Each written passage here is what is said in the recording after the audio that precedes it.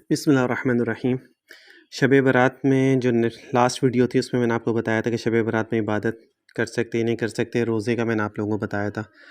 اور اس کے بعد میں نے آپ لوگوں کو جو ہے اس کے اندر قبرستان جانے کا وہ بھی میں نے آپ لوگوں کو بتایا تھا۔ آج جو ویڈیو ہے بہت امپورٹنٹ ہے اس لحاظ سے کہ اس کے اندر میں آپ لوگوں کو بتاؤں گا کہ کیا کیا چیزیں شب برات میں یعنی نصف شعبان میں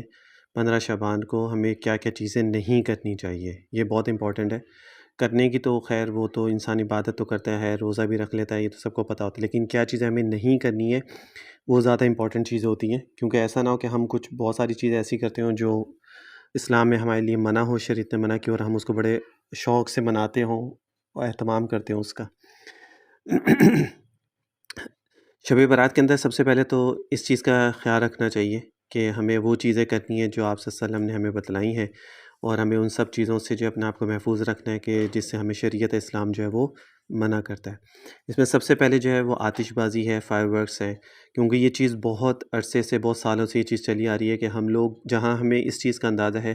کہ اس رات میں جو ہے وہ نام اعمال وغیرہ اور رزق وغیرہ اور یہ ساری چیزیں اللہ تعالیٰ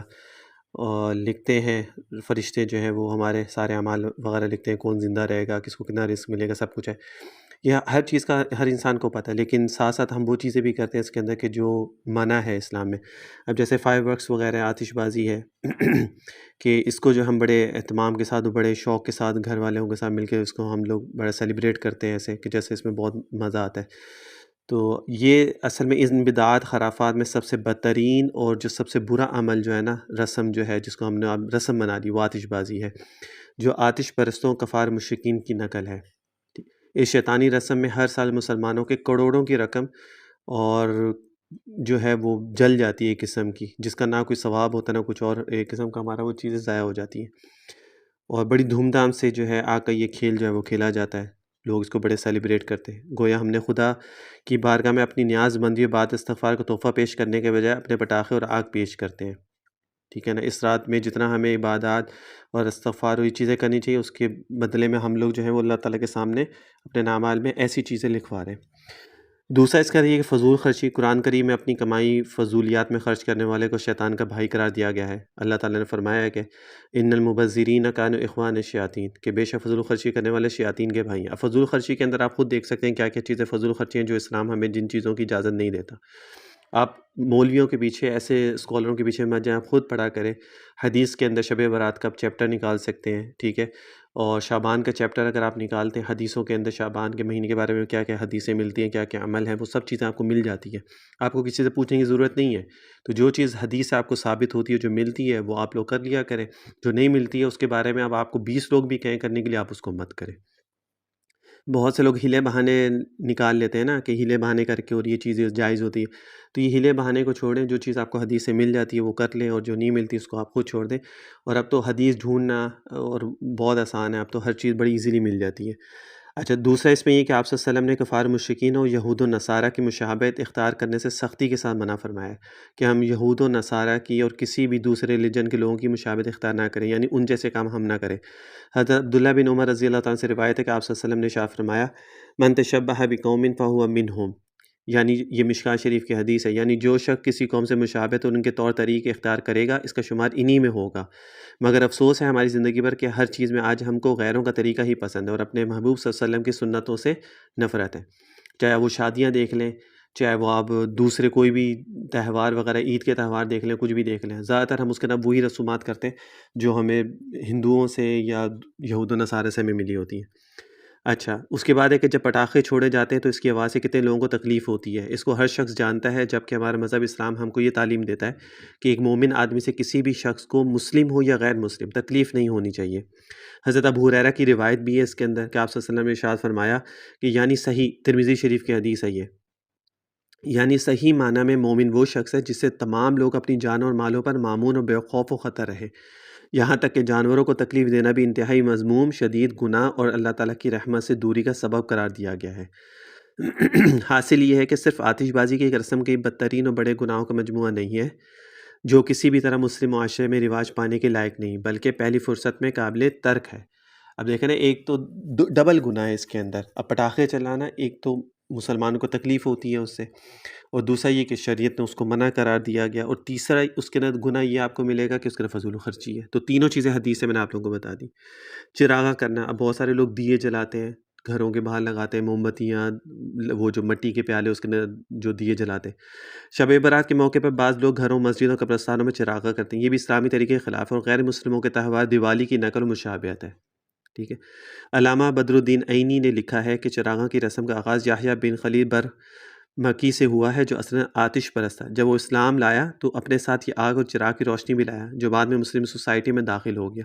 اور نوبت یہاں تک پہنچ گئی کہ اس کو مذہبی رنگ دے دیا گیا۔ اسی طرح غیر مسلموں کے ساتھ میل جول کی وجہ سے یہ رسم ہم نے اسلام میں داخل کر لی اور غیروں کی نکالی کرنے لگے، جبکہ غیروں کی نقل و مشابہت پر سخت وعید آئی ہے، جس کو اوپر بیان میں نے پچھلی ویڈیوز میں بھی بتایا ہے۔ اب یہ چیزوں سے اگر جب ہم منع کرتے ہیں نا لوگوں کو، تو لوگ کہتے ہیں اس میں کیا ایسے مسئلہ ہے، ایک دیا ہی تو جلائے، اس میں کیا؟ بات صرف اتنی سی نہیں ہوتی ہے کہ اس میں کیا مسئلہ ہے، بات صرف یہ ہوتی ہے کہ جس چیز سے آپ صلی اللہ علیہ وسلم نے روکا ہے یا شریعت نے ہمیں روکا ہے، ہمیں اس سے رکنا ہے بس۔ بہت ساری چیزیں دنیا کے اندر ایسی ہیں کہ جو بہت مختصر ہیں، بہت چھوٹی چھوٹی چیزیں ہیں، جو نارمل چیزیں جس کو ہم معمولی سمجھتے ہیں، لیکن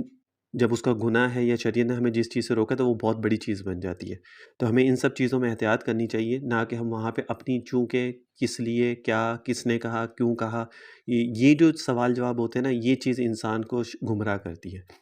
اور پھر شیطان اسی چیز کا فائدہ اٹھاتا ہے، اور کل کو یہی لوگ جو ہے نا پھر اسلام کے اندر کیڑے نکالتے ہیں، اور پھر ایک ٹائم ایسا آتا ہے کہ اللہ تعالیٰ ان سے اسلام کی جو نورانیت ہے نا وہ اللہ تعالیٰ سلب کر لیتا ہے۔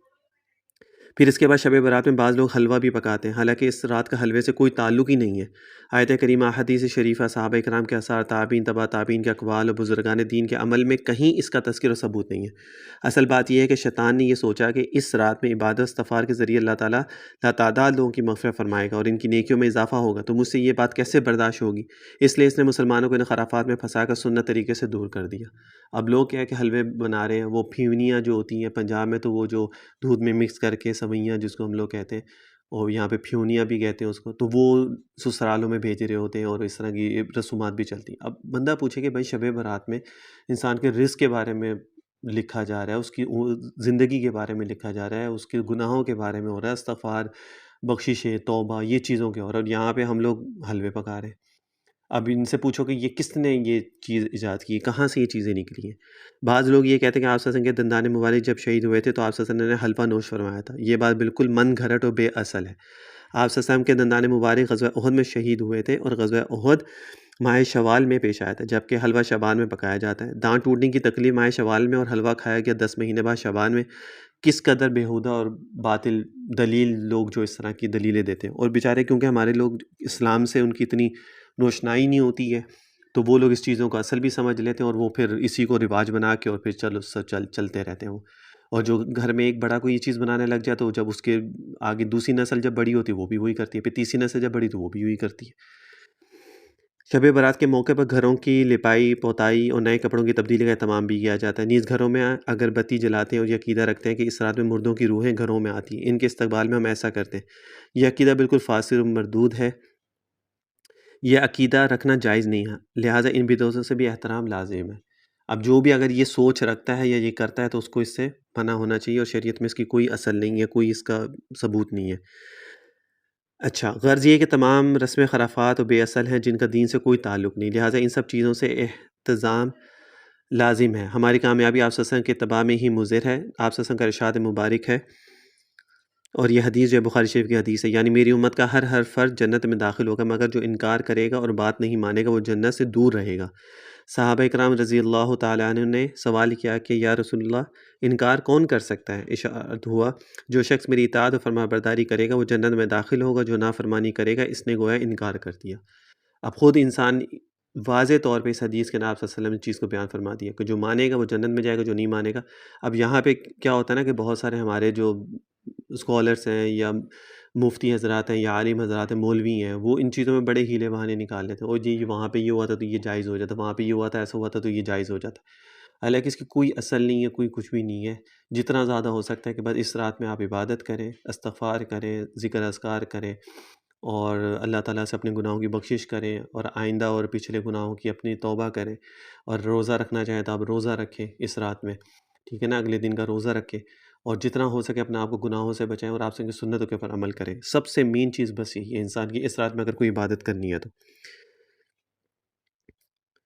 تو یہ چیزیں تھیں کچھ جو میں نے آپ لوگوں کے ساتھ شیئر کرنی تھی، جو اسلام میں منع ہے، شریعت میں منع ہے۔ اب لوگ اس کے اوپر کچھ بھی کہیں کہ جی یہ جائز ہے، وہ ہے، ایسے ہے، ویسے ہے، کیونکہ آج کل لوگ اپنا اسلام بھی بہت لے کے آتے ہیں نا سامنے سے کہ یہ کرنے میں اس میں کیا ہو جاتا ہے، یہ تو کچھ نہیں ہوتا ہے، یہ تو چھوٹی سی ایک بات ہے۔ بھائی چھوٹی چھوٹی باتیں جو ہے نا ایک ٹائم پہ آگے بڑی بن جاتی ہیں،